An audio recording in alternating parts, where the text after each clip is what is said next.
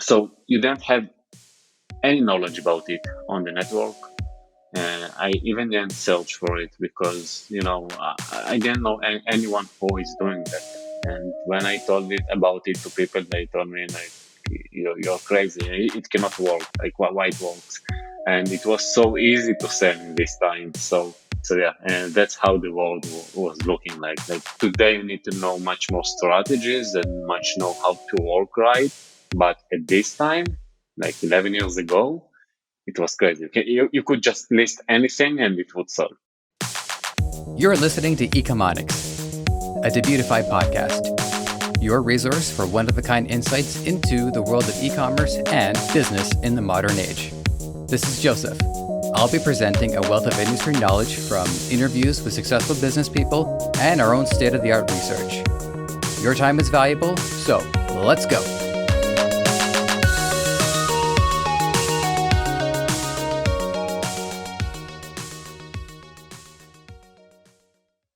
What I want you to pay attention to in this episode is the sense of scale conveyed by my guest, Lior Pozin, and his company, AutoDS. Made for beginners and experts alike, AutoDS manages over 12,000 stores and handles the backend for you in full. With suppliers ranging from AliExpress to Etsy to Sam's Club, you know you're playing with the big guns. From some of what Lior tells me about dealing with the competition, you're going to be glad to have a company like this on your side. Lior Pozin, it's good to have you here. Welcome to Ecomonics. Thank you for being on the show, and thank you for making the time for us today. Thanks for having me here, Joseph.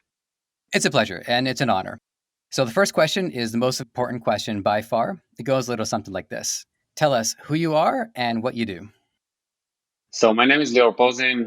I'm the owner and the CEO of AutoDS.com, a dropshipping platform, all-in-one dropshipping platform that focuses on saving time to people and on being an all-in-one platform.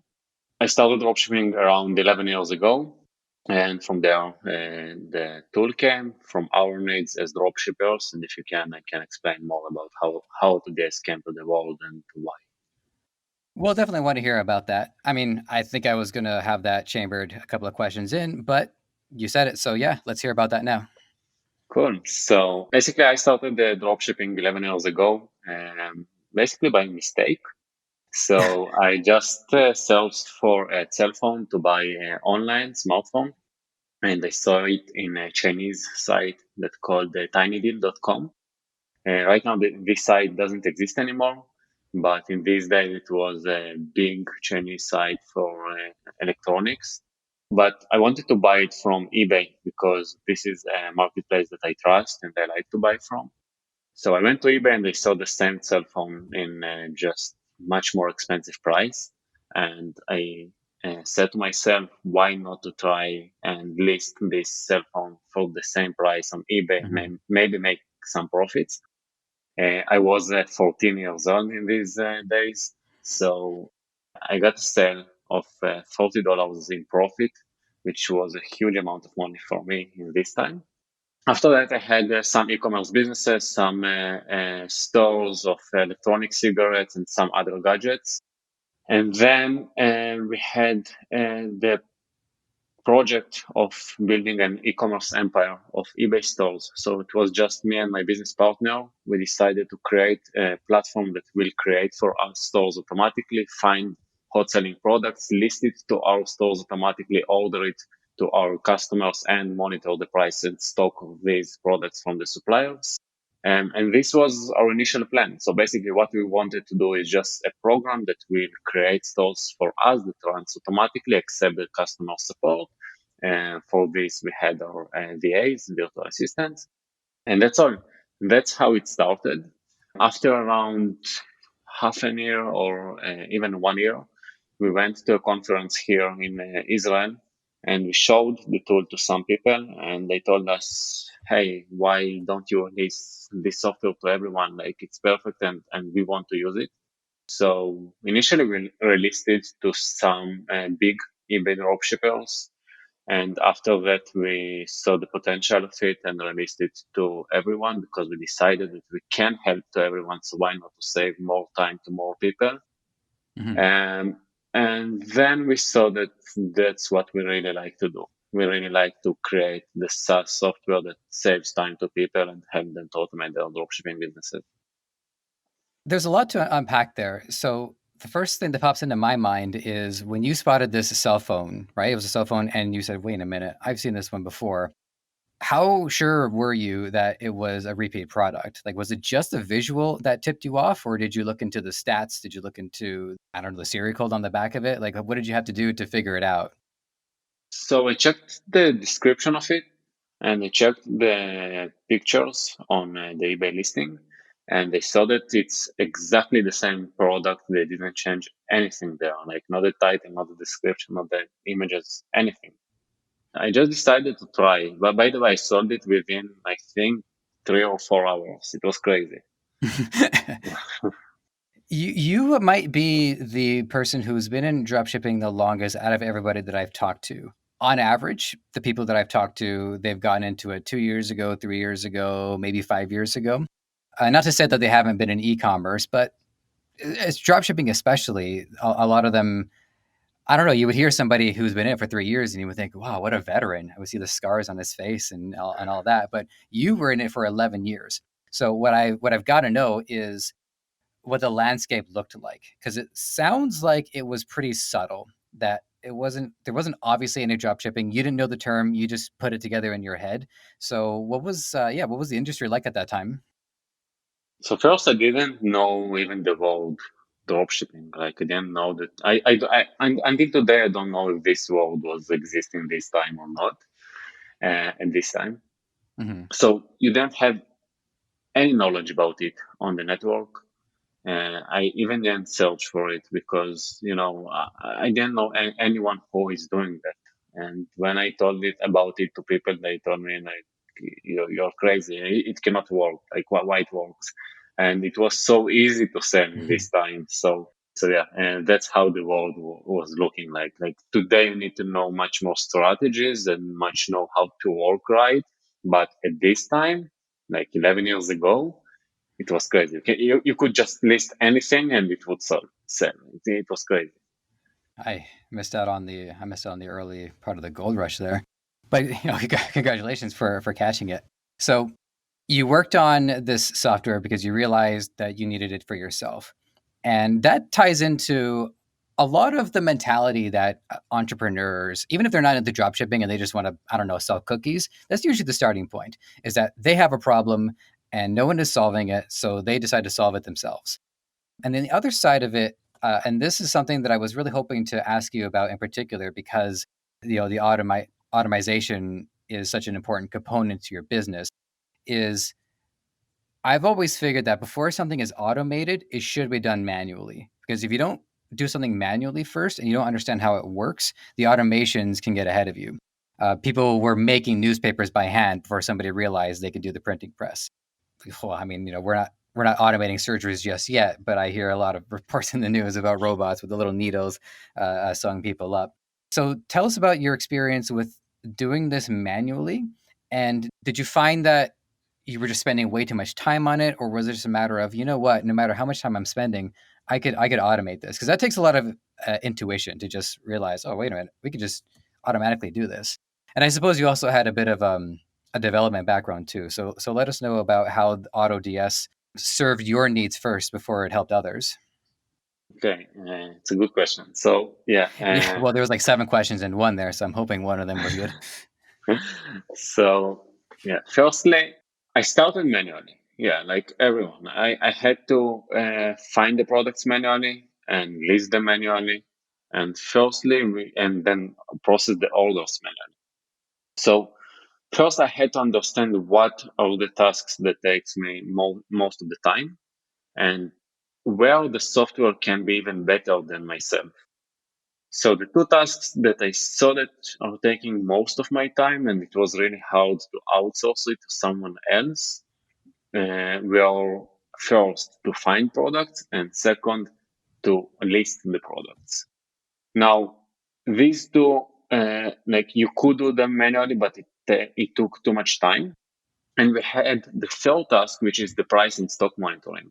There it's much bigger problem because for price and stock monitoring, if I go to sleep, or even if I had 10,000 products in my store, I couldn't do that manually. Like you cannot really monitor these prices with a sheets file all the day. Just sit and check what changed. What changes? So the first task that we had to automate was the price and stock monitoring, because you cannot do that manually for big amount of products. Each of our stores had 10,000 listings at least. So that was the first part of the software. The second one was the products find me. Why? Because like you could say that listing products takes most of the time because I need to copy everything and list the products one by one. But finding products is a process that takes time, and a software can do that better than me. Like we had a tool that just scanned all eBay sellers and found what sells well for them, and then we copied it to our stores. So that was the second tool that we had. And then the third one was really the lister, the part of the software that just copies anything from any of the suppliers into our eBay store or Shopify store today with a click of a button. And then you could do that also for 10,000 listings with a click of a button, which is the bulk uploads. And the last one was the automated orders. The automated orders, it was so hard to develop it. Like we lost so much money for duplicate orders, because when we were testing it, like we had 10 orders of the same product to the same customer. So maybe our customers were very happy, but we lost a lot of money there. But it was part of the way. So yeah, that was the process. Like anything that we try, we first write manually. Even today, we have a team that research different suppliers, research different product finding methods. All this done first manually, and then we do that automatically. And I'm a developer by myself. My business partner is a developer. So we have this mindset of automate everything. Like everything is possible to be automated. Even the customer support, maybe one day. It's a bit more complicated, but we hope to get there. Mm-hmm. One of the scripts that I was doing research for, because in addition to interviews, I also do my own solo episodes. What I saw was it was about copywriting. And there is this guy, I think his name is Joshua Wong, and he's developing this AI to actually automate the copywriting part of it. What they had done is they compared the copywriting of the machine versus the copywriting of a human, and you can tell who the human is, but it wasn't like a disaster. The machine had actually made something that was reasonable. So it is interesting, because I think you're the first person to regard automation as not just about faster and more efficient, but also better. Have you ever seen this philosophy applied to life in any other way, like, I don't know, automated cars or anything along those lines? Yeah. So first about the dropshipping. So like, for example, we have the part of the automated orders in AutoDS. I'm sure that the robots have less chance to make a mistake while they do 100 orders a day than a person, than a real person. And same about the cars. Like from what I read, the statistics shows that automated cars have less chance to do an accident uh, than people. We are still like our mind is still not there. Like we still cannot get it. But in the future, I'm sure that when people will give more trust into these cars, the amount of accidents will be much lower. Yeah, I haven't talked about this too often on the show because it only comes up once in a while. But my girlfriend and I, we both have partial blindness. Like I'm legally blind on my left eye, and she has a blind mixture in both of her eyes. So with our combined efforts, we have enough vision for one person. So if we both have our hands on like one giant steering wheel, then maybe we can work together and drive a car. But automation, automatically driving cars, is something that excites somebody like me because it does it better. I will never do it as well as like the average, driver, even somebody with glasses, because they couldn't even correct my vision. Yeah, so automation, it's not just about replacing us; it's about it boosting us and giving us an ability to focus on other things. So let's get to those other things. The actually one thing that we should make sure that our listeners understand about AutoDS is where it functions. So you cover Shopify and you cover eBay. Is there anywhere else that AutoDS functions? And if not, do you have plans to hit other markets? Yeah, so let's go a bit backwards. AutoDS started around 4 years ago as an eBay dropshipping platform, but right now we are the biggest dropshipping platform for eBay dropshippers. And what we did in the last 2 years is just redesigning the system and building it from scratch for UX and UI people, just to make the best tool for new people that it will be much easier for them to use and much more clear for them. Mm-hmm. But that's in the user part, like from what users see. Another thing that we did was that we made the system much easier for us to add more suppliers and more selling channels. So Shopify was the first one, but in the next year we plan to add Amazon, WooCommerce, Wix, Mm-hmm. and just to keep adding more and more selling channels, and at the other hand to add more and more suppliers. So yeah, that's what we do. Today we support eBay and Shopify, but I guess in 2 months it will be at least one more, and then every month we will just add more and more. Same about the suppliers. We are adding now one supplier in a week. So every week we have one more new supplier, just because of the new system flexibility, which allows us to do that. Okay, so I'm taking the perspective of somebody who is inundated with a lot of options because I listen to, I interview two people every week, and people have different approaches to it. So what I want to know from that perspective is is there different routes that I have to take to automate for Shopify or eBay, or is it one source that is producing the content and the product for the different platforms? My guess is there is some specificity because the platforms are their own businesses, their own marketplaces. So our vision is that e-commerce seller, like in the future, e-commerce sellers will not sell just in one platform. There will not be someone who is selling only on Shopify or only on eBay. There are no reason to do that, because if you can get more audiences, there is no reason not to do that. In the new AutoDS V2, starting from January 2021, uh, the eBay platform and the Shopify platform will be the same platform.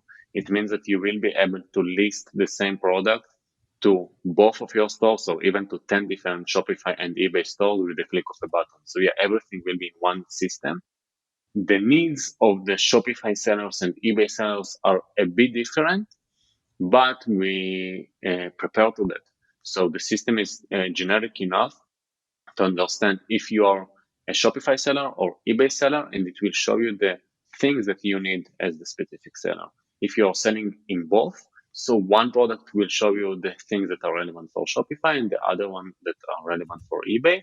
But the Mm-hmm. dashboard will be the same dashboard. You will see the profits from all of your stores together. You will see all of your products together and all of your orders together.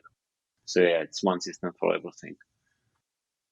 That's incredible. I mean, one client that I had worked with earlier on, this was in regards to social media. And he had set me up in, I think it was called Hootsuite. And what he wanted to do was have a message sent out to Twitter, to Facebook. And I think we were, it was like Tumblr at the time. I don't know, it was Mhm. a while ago. And the one issue that I had with it was when I'm writing something on Twitter, it has to be a tweet. There's a format to it, and it's not just the character limit. It's also about what people expect from Twitter. And then when I write if that message goes onto Facebook, I mean, it's fine, but it's not quite the same. There are different expectations for Facebook. So, what I'd love to hear your position on is how do you manage the different expectations between the different platforms? So let's take, for example, the product listing, the description, for example. What we have is ready-made templates. So for eBay, we have the very beautiful templates that are adapted to eBay to catch your eye and everything there. For Shopify, you don't need it. You need much cleaner templates. So uh, you can create a template that is only for Shopify, and we will give you another template that is only for eBay. And if you list the same product to both different selling channels, it will just adapt it according to the selling channel. It will use the right template. When I'm talking about templates, I'm not talking about themes, just the template, just what you have inside the description. So yes, and also, for example, about pricing. So on eBay, people are using something called break-even, which is usually eBay fees plus PayPal fees, plus maybe 5% for taxes. For Shopify, people usually prefer to just multiply the price by 200% or 300%. Mm-hmm. And in the system, you have defaults for different selling channels. So for eBay, it will take you the break even plus 10% in profit, for example. But for Shopify, it will put automatically to 100% in profits. So it's adapted for that. I know the tool that you're talking about, and yeah, with Twitter and Facebook and Instagram, it's a bit different because each of them has different length that they allow for the post, and how you speak is different between the different channels because the audience are different. But here we just do it automatically. Like if the title should be 80 characters on eBay and on Shopify, I think it can be 160, something like that. So we adapt the title according to the right platform. Awesome. The quote of your business is pretty appealing. I'll read the quote up. It's beautiful outside. Leave your work behind. So, on average, how much time is it saving, and how much freedom is it really providing for people? So I cannot really say how much time it's saving, like in hours. I can say that the only thing that you need to worry about is customer support on eBay and on Shopify. For now, it's only the advertising. The price in stock is done automatically. The product finding is done automatically for eBay. For Shopify, it will come soon. For what more? The orders will be done automatically. The tracking number will be updated automatically. On eBay, we will also send to your customers 3 messages about, hey, the order was processed. Hey, this is your tracking number, and this is your and the order arrived. And then we also will send, please leave us a positive feedback. So all this process is done automatically, even the pricing automation. So for example, on eBay, people sit and check what works well for them, and then they decrease the pricing for products that didn't sell well for them and increase the pricing for products that sell well for them. We do that automatically. So if we see that something started to sell for you, we will just increase the price. If it stopped selling, we will decrease the price. If the product didn't sell for you for a month, we will delete this product automatically because you don't need it, and we will replace it with another product. So all is relevant for eBay. For Shopify, there are tools that do part of these things automatically. So what we do there is the listing. So we can upload. There are Shopify sellers who work, for example, also with the big numbers rule, also with many products. So you can list even 10,000 products and say products between $10 and $20, we want to put them with 200% in profit. And then other level, other percent of profit. When the order comes, it will go automatically to the customer. It will be processed automatically. So even there, we do most of the work automatically. For now, the only thing that we are not doing automatically are the customer support and the Facebook ads. And I don't really see why that would fall into your wheelhouse, anyways. Just because customer support is a very brand specific venture, different VAs have to adhere to different brands, so I can see that being on their side. By the way, for the customer support, we are helping them.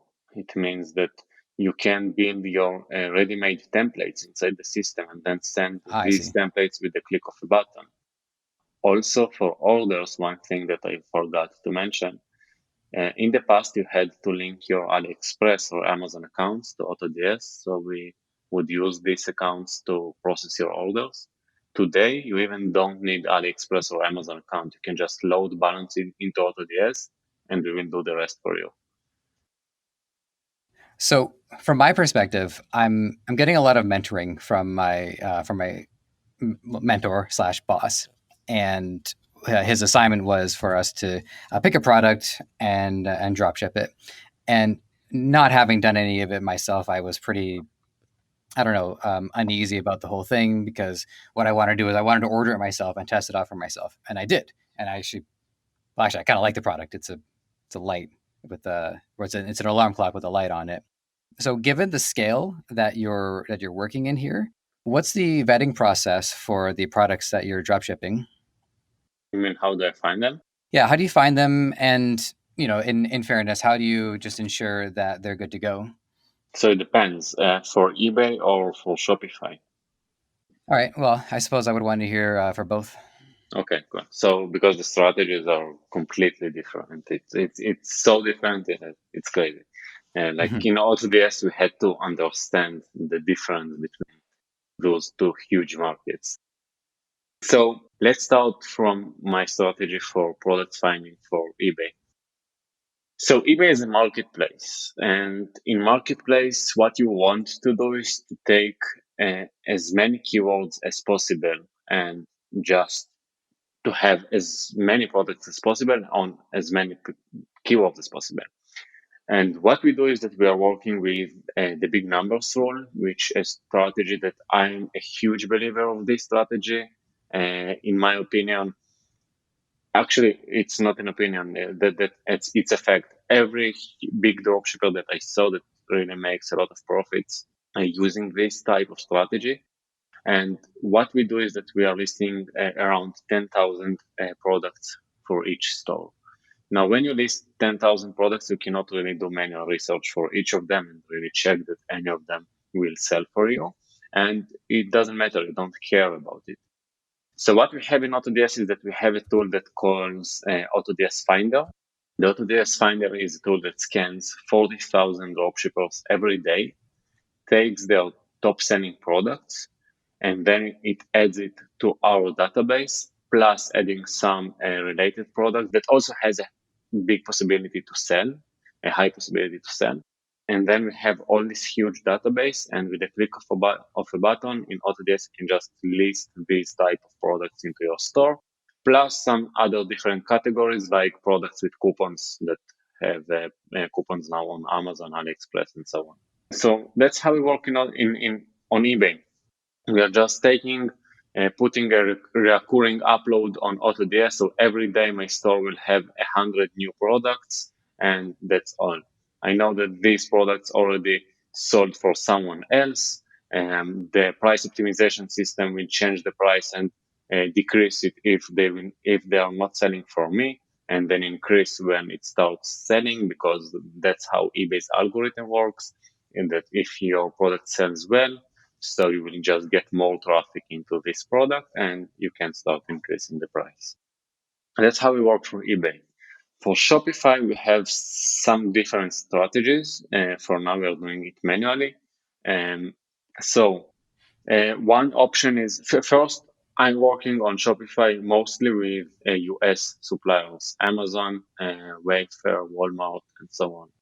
What we do there is that we are going to the trending products from these suppliers, and we are checking if the product is interesting by some criteria. Mhm. If it solves a problem, if it's something that people will buy from emotions, like right now they will just buy it. And we are just checking we just check what is trending there and adding it to this list. Then we are checking Facebook ads and how other competitors are working with this type of products. We have a huge list of other Shopify competitors, and we are checking what they are listing to increase this list of products. And that's what we do on Shopify. By the way, we are releasing Shopify free course soon in around 1 or 2 weeks. So we will also show these methods there. I think a lot of people might not realize what eBay is capable of, just because, as far as what we understand about eBay, is that it's an auction website for people who are selling individual products. I don't think it really occurs to people that there was a whole marketplace going on there too. So, how long has eBay's market side of it been around compared to the auction side of it, or was it basically like there the whole time and we just didn't notice? It was always there. I don't know why they don't market it right. Like, they have a lot of buyers. I think that most of the purchases on eBay are not from auctions. So dropshipping on eBay works really well. Mostly you will not see in the first results auctions. You will see basically dropshipping products. So yeah, eBay is a huge marketplace. I think it's the second biggest marketplace in the US, and it's really worth it. I think that even Shopify dropshippers should just try eBay also as a secondary income or as a side business, because this way, first you can build a huge brand this way, because you can work on eBay, these 10,000 products, not spending a lot of time on it. And then when something sell well for you, you can, in the gift receipt of the supplier, for example, if I send the package from Amazon, I will add in the gift receipt a link, like my store name.com, and then my buyers from eBay will come to my Shopify store. So it's a perfect source for more traffic to my store. Then we can do retargeting, remarketing to these people. So I think that everyone should try it. And also, it's another way to build, a buyers list, a brand. So yeah. Yeah, and I think also too, I guess this was happening to me and I didn't realize it. Depending on what I would be looking at on eBay, is it's a unique opportunity for people who may are already owning a product to go head to head with selling something new. So, say for instance, like a new controller for a vintage system, somebody might have that, but somebody else might have it new in package, and somebody else might be selling a new version of it. So you really get to see all of what the market has to offer in regards to any given product versus Amazon, which is all new. So what about you? What dropshipping projects are you working on right now? So first in AutoDS, we run 35 eBay dropshipping stores. We do that, like all of our dropshipping products are not to make profits.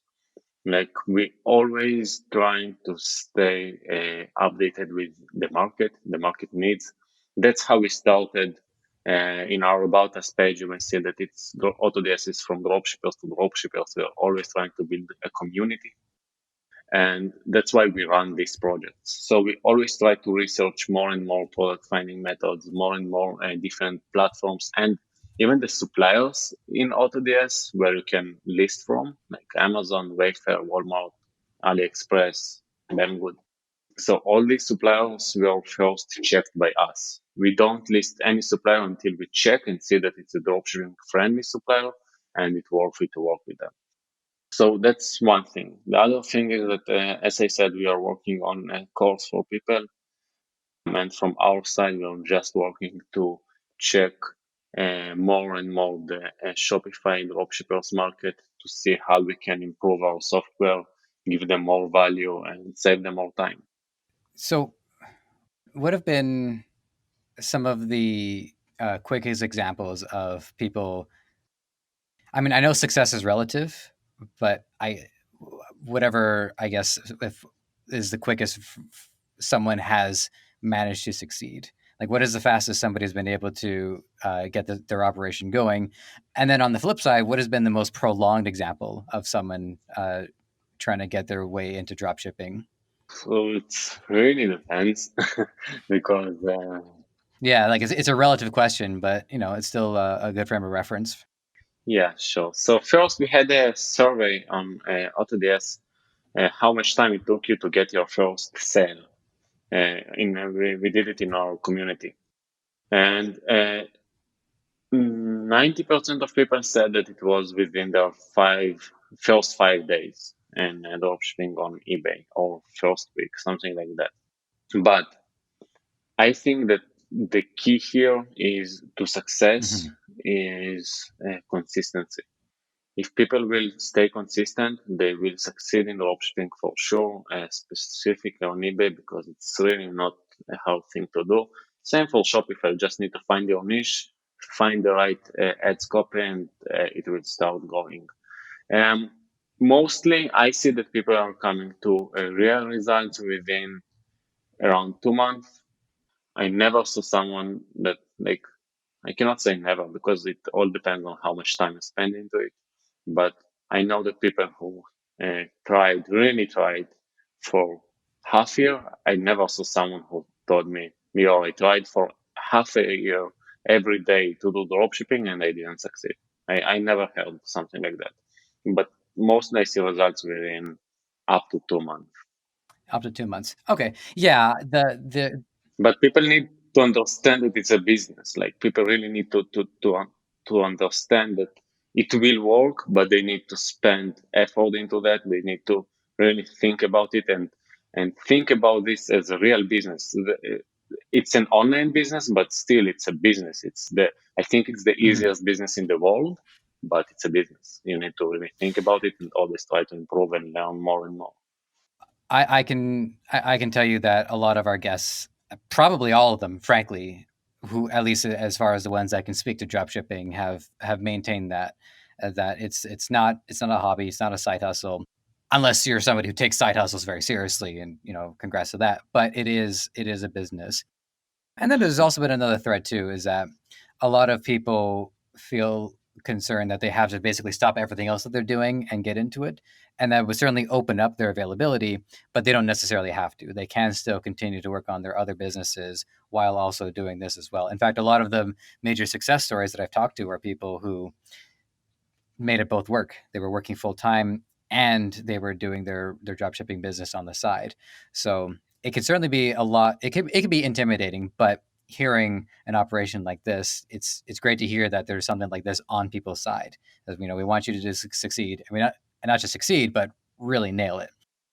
I haven't asked this in a while because I tend to not want to, like, aside from the traditional questions that I ask, for the fun of it, I tend to not want to ask this too many times because you can only hear the answer so many times, but I think I'm going to get a unique one out of you, which is for people who want to get into dropshipping. Let's just say, hypothetically, this is the first time that they've ever heard about dropshipping before in their lives.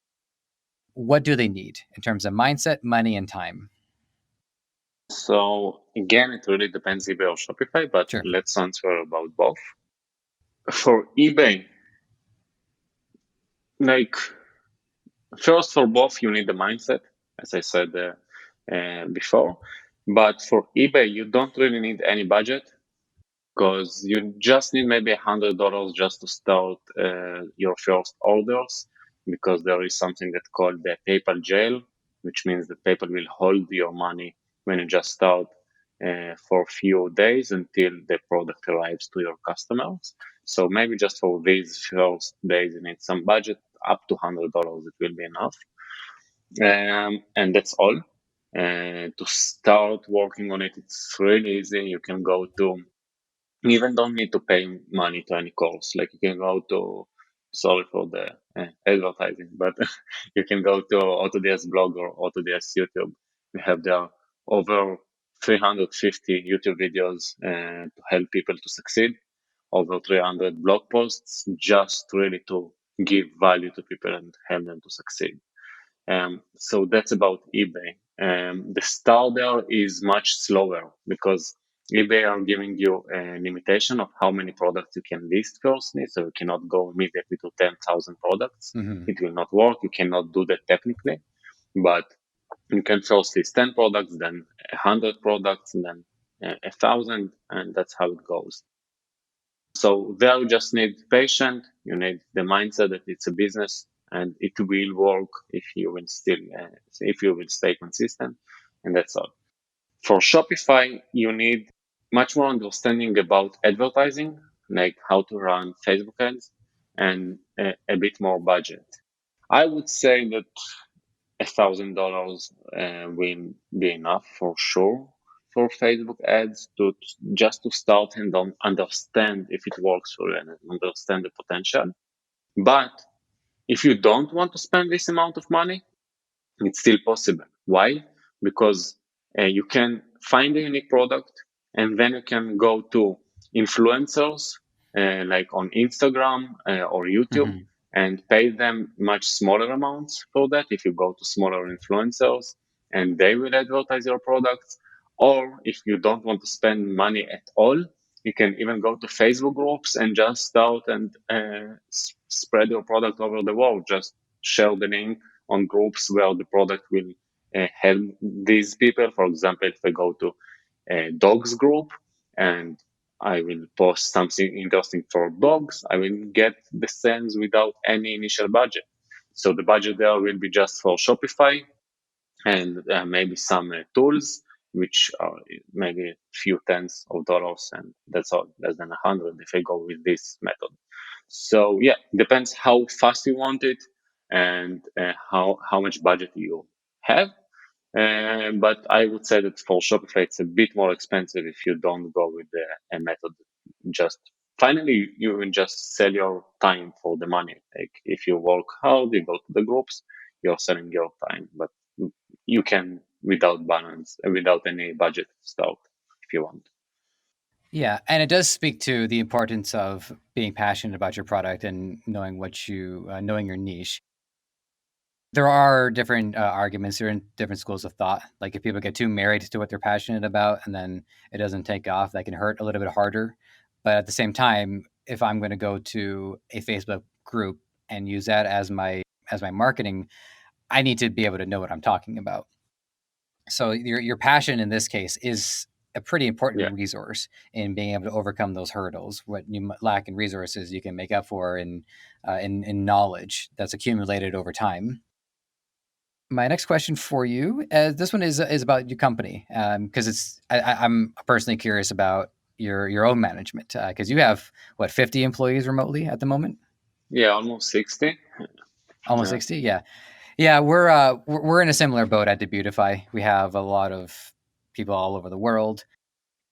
The one issue that sticks out is making time for meetings. You know, somebody has to draw the short straw, so to speak. Tell us about your experience in managing almost 60 employees remotely. cool. So it's a great question, and Mm-hmm. it's one of my most favorite topics. I started without any budget. I'm a developer, and my business partner, our CTO, and that's why we just had to find people who can do the work without office and just to save this money. That's how it started. And also our vision is that you can, like, that's what we spread to the dropshippers. You can work from everywhere. And that's also how our company works. Now about the management, my business partner or chief technology officer, he lives in Denver, Colorado, Mm-hmm. United States. I live in Tel Aviv, Israel. So anyway, like even the closest part in the, my partner lives uh, 10 hours flight from here. What we do is a few things. First, we have meetings for each of the departments, one for marketing, one for customer support, and one for the developers.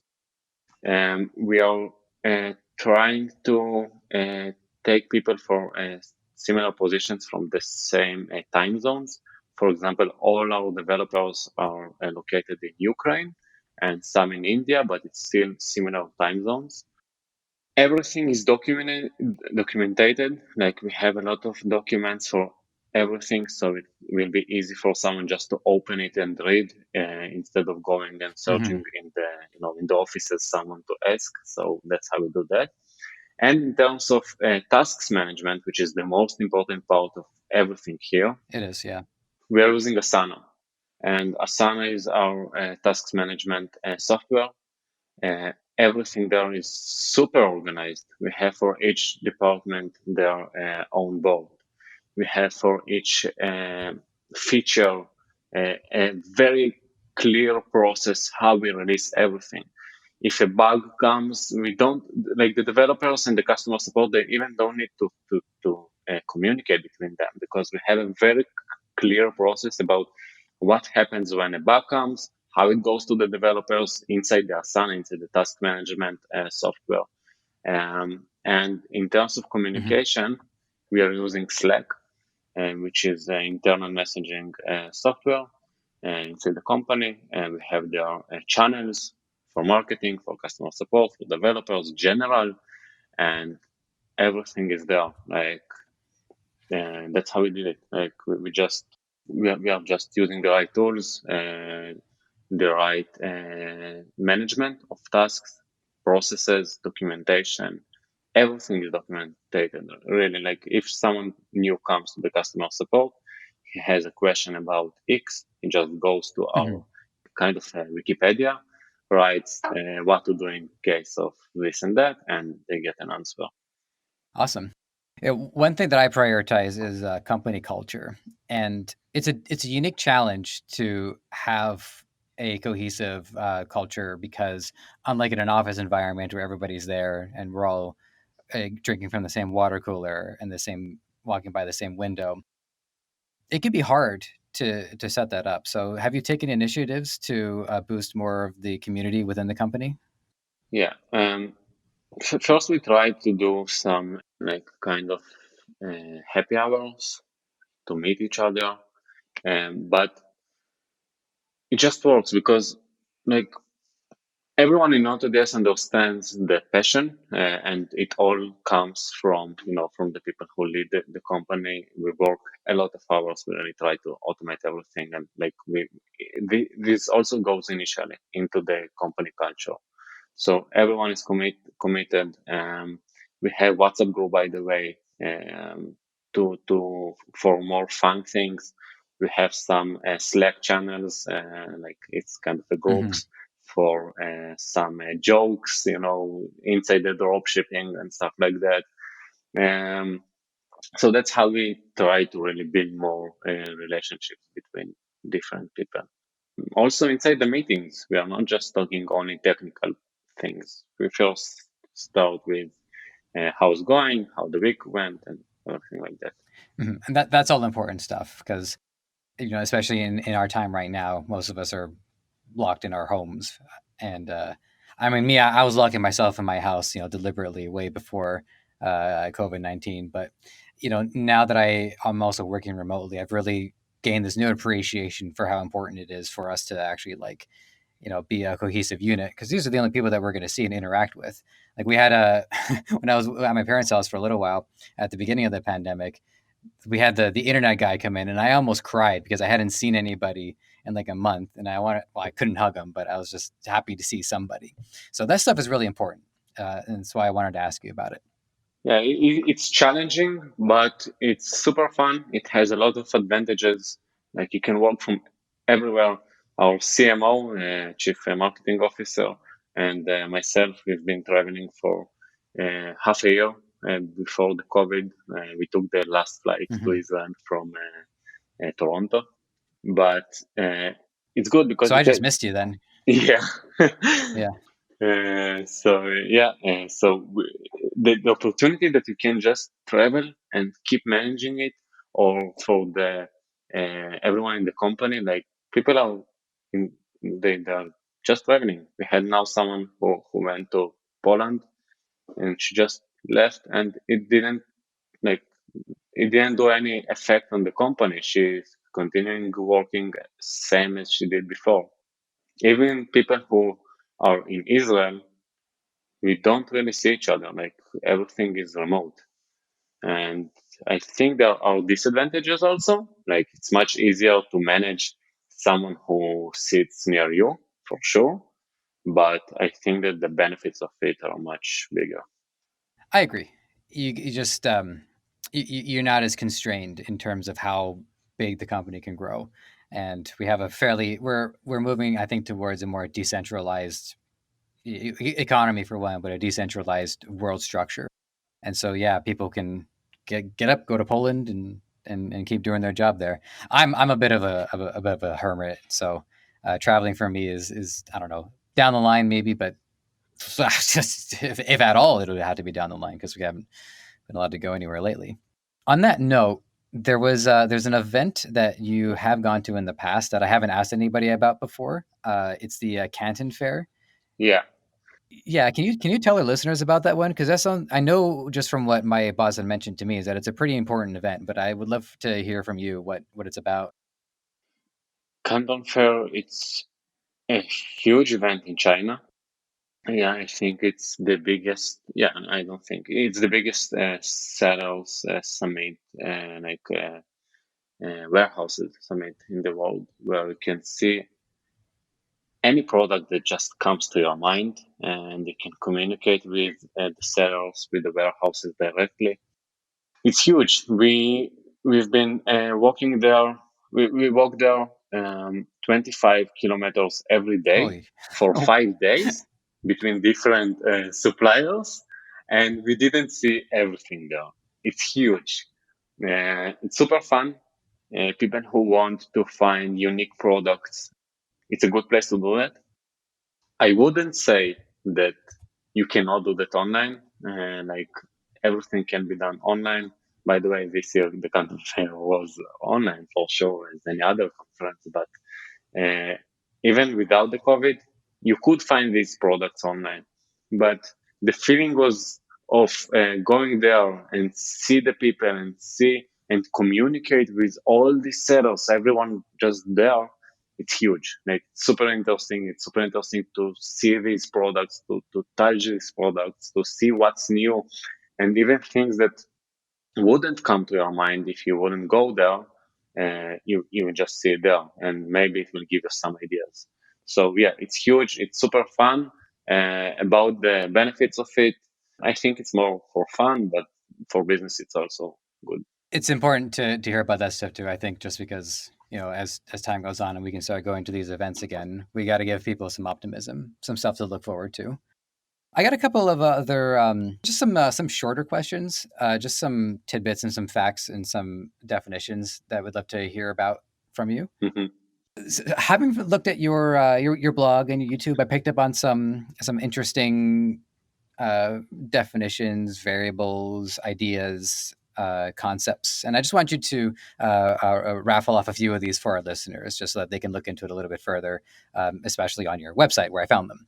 So, can you give us a basic rundown of what's the big numbers rule that you've mentioned? So the big numbers rule is it means okay, on eBay you have two methods of product finding. One is picking them one by one, same as you do on Shopify, finding the best products and optimizing the keywords and everything. Or you can go with the method of okay, I will just list 10,000 products, and what will sell, I will optimize it later. I will not spend any time on products that didn't sell for me. Mm. Only after the product proved me that it's a good product and it worth my time, I will go and start optimizing it.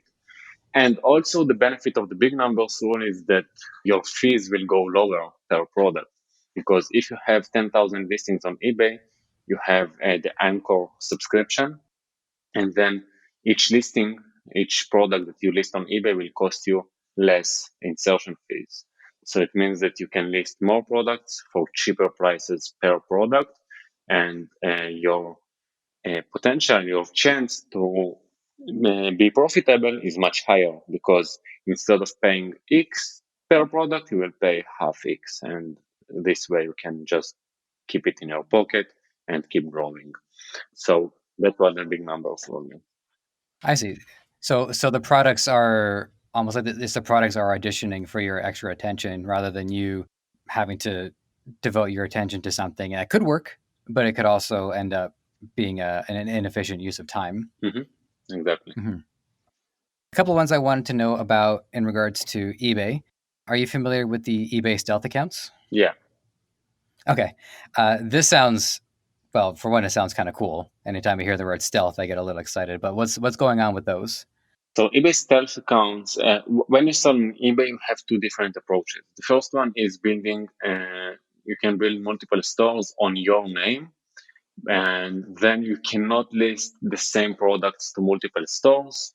And if one of your stores, something happened, this is business, that's the world, you can get a copyright violation by mistake, or you can do something wrong, and then your account may be suspended, and your business will die after that.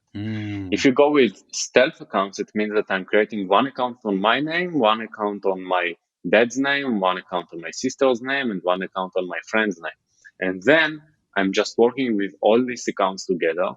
And if something happens to one of my accounts, everything fine. Like my business is still profitable and still keeps going, and then I will just create more accounts. And that's the right way to go mostly. If I have, for example, 35 stores, so 5 will be on my name, 5 on someone else's name, and this way, if 5 of them will die or 5 of them closed, I still have my business running. That's good. That's good diversification strategy. And it reminds me of what some people have talked about in a different context where they would say, if once you get into it, don't just have like one drop shipping store, have a couple. Because if one of them goes down, you have other ones to back you up. Exactly, it's the same. It's also the same with Shopify. Like if one niche stops selling because something happened in the world and it's irrelevant anymore, like always happens. So you don't want to put all of your eggs in one basket. You always want to split it. The other term in regards to eBay, are you familiar with eBay sniping? Yeah. Okay. So, I mean, when I hear sniping, I don't know, maybe this is what it is, where in the context of an auction, someone gets the auction in like the last second, which is what I recall of sniping. But I feel like that's not what it is here because we're talking about the drop shipping enterprise. So what's sniping in this regard? And then also as a general question, what are the competitive tactics that people should expect to encounter on eBay, such as sniping? Yeah. Okay. So sniping works for both for Shopify and eBay. And basically what it means is that if something works well for someone else, I can also do the same in my store. So as I said, AutoDS Finder scans 40,000 different dropshippers every day. That's sniping. It means that we are taking these 40,000 dropshippers, taking their top selling products and giving it to our customers. Same you can do on Shopify. You can snipe, you can put in your list 5 different Shopify stores and follow their new added products every day. And if something sells well for them, just copy it to your store. So that's eBay sniping, just following someone else and taking their top selling product. This is because that's where the word sniping comes from. So taking their top selling products and put it inside your store. And then market it through your own brand too, right? It helps it reach a different audience that the other person might not be reaching. Yeah. So last one of these quick Mm-hmm. ones, and then I'm going to give you a wrap up question. There's an app in specific that your company has talked about that I haven't heard other people talk about. It's called Banggood. Are you familiar with that one? Yeah, the supplier. Yeah. Okay, yeah. Can you tell us about that one? Because I haven't heard about it before. Yeah, Banggood is super cool supplier. They are super dropshipping friendly. They support dropshippers. They have something that they have few benefits. The first one is that they have a dropshipping agreement that you can get from them, so everything is legal. You don't do anything bad. The second one is that they are a Chinese supplier, which means that they have Chinese prices, which are cheap usually. But Banggood also has US warehouses. So they have both. They have warehouses in China and warehouses in the United States. So if someone buys from you from the US, you can provide them great customer experience and provide the product within 3 up to 5 business days, which is much better Yeah, than providing it within 2 weeks or 3 weeks from China. So this why I so like this supplier because they have Chinese prices, but with US warehouses. that is good. And the last thing here is that they have the dropship center. The dropship center means that they give to every dropshipper 5% discount for all of their products, and it can go up to 20% discount for all of the products if you sell enough from them. So if you pass I think $100,000 in a month of selling from them, you will get up to 20% discount, which is huge. That is pretty good. Well, so guys, this is just like a taste of some of the information that you can get if you head over to the AutoDS YouTube as well as their blog. So I definitely recommend you guys do that. You will learn a lot. The last question I've got for you, Lior, and then I can let you go, is what do you see as the future of dropshipping? Give it like 5 years, 10 years, how we think this is going to play out. Okay, so I think that dropshipping is here to stay. Like you could read 5 years ago that even dropshipping is dead. I don't see where it goes. I People said that about radio, and it had to evolve, right? I'm technically doing radio now, but it's evolved. Yeah, so it's exactly the same. Like it's always changing. You always need to adapt. There are always new rules on Facebook, on Instagram. On now you have a new selling platform, advertising platform, which called TikTok, which is huge. In the past, you didn't have it. So you always need to learn. You always need to adapt. But dropshipping, as dropshipping, will always stay there. It's something that exists for years. Maybe it didn't have the name of dropshipping, but always people took a product and sold it for more expensive price in other place. This that you don't really hold it or you never saw the product, it's fine. This is online. This is where the world goes. Now we have the Zoom. I didn't need to come to your office to make this interview with you because No, that would have been a long flight. yeah. Yeah. So even like physical sellers are not really going to their warehouses anymore.